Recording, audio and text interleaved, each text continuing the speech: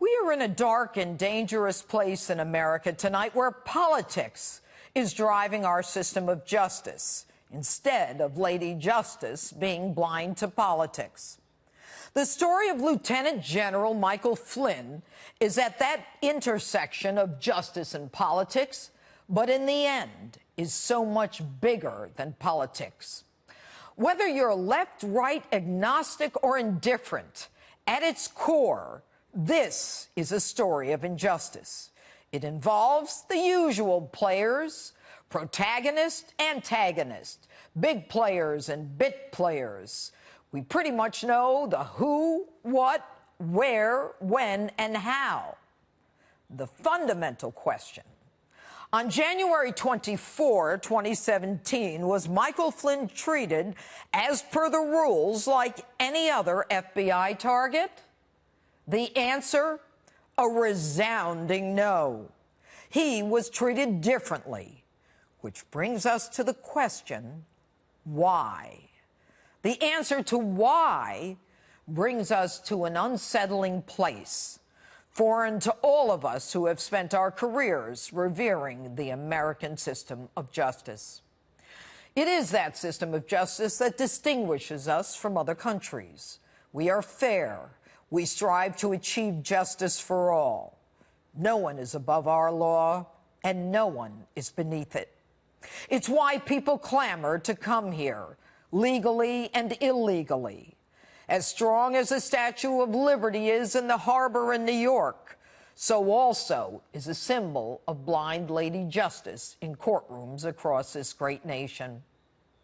The facts of this story are simple. Flynn was in the crosshairs of the FBI, targeted by the same players who, we already know from publicized text messages and emails, tried to prevent a certain candidate from becoming president and promote another. They were dirty. They were liars, some under oath. They were leakers, and they were corrupt. Now, there's one important fact that you need to remember. The conversation Flynn had with the Russian ambassador during the transition was legal, perfectly legal. Take that one to the bank. It is what is done in every new administration. The setup? Michael Flynn was called by Deputy FBI Director Andrew McCabe and told that the FBI wanted to talk to Flynn about the Russians, and the quickest way to do it was to keep the lawyers out. A clear violation of protocol, White House rules, and ultimately Flynn's constitutional rights. Now, we know this because U.S. District Court Judge Emmett Sullivan ordered prosecutors to hand over FBI files of the Flynn interrogation instead of sentencing him as scheduled. 48 hours later, the files are handed over, as per the judge's directive, although incomplete and redacted. They confirm what Director Comey himself admitted and what the judge apparently suspected, that the DOJ and FBI hatched a plan to deliberately and intentionally avoid protocol, standard operating procedure in an effort to entrap Michael Flynn. Now, Comey even admits this when he pulls off the mask of Cardinal Comey to reveal the face of a hardened political operative who deliberately trapped Flynn. He not only admitted it with unfiltered hubris, he prided himself on what any other decent man of honor would have been horrified to admit: that the rules, the law, and the Constitution matter not when politics is at stake.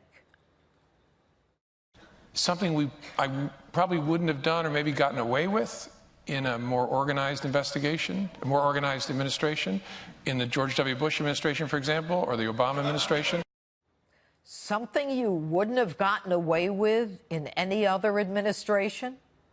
So, to be clear, the FBI went to great lengths to disavow Flynn of any concerns, telling him no lawyers need to be there. A plan that Comey, McCabe, and Strzok strategized, going to great lengths to keep even the Department of Justice out. And we now know that there were many arguments about whether or not they could and should do this. So you may be sitting there saying, hey, Flynn was a general. He should have known not to lie. You're right. You are right. But what is a lie? Is it a mistake? A misremembrance? A memory that simply doesn't remember everything? Or an untruth? And if an untruth doesn't require an intent to deceive to be a lie. Now, Flynn already knew that any conversation he had with the Russians was recorded and that the FBI would certainly have a transcript of his conversation with the Russian ambassador, so there would be no point in lying.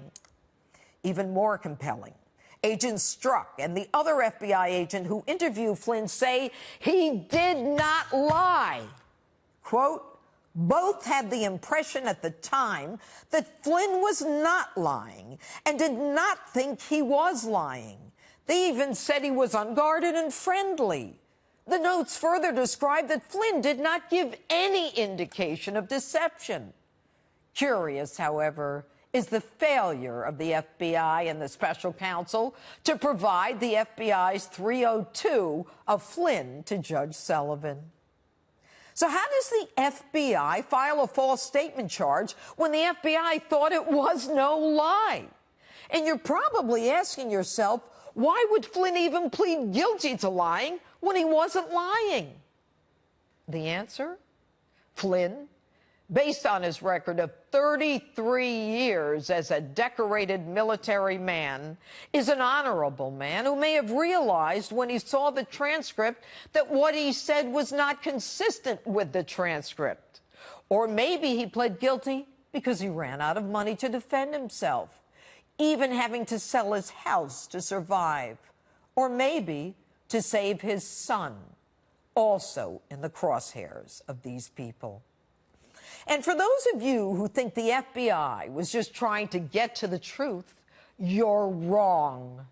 If they wanted information, if they wanted the truth, they could have shown Flynn his transcript of his conversation to refresh his recollection to get at the truth.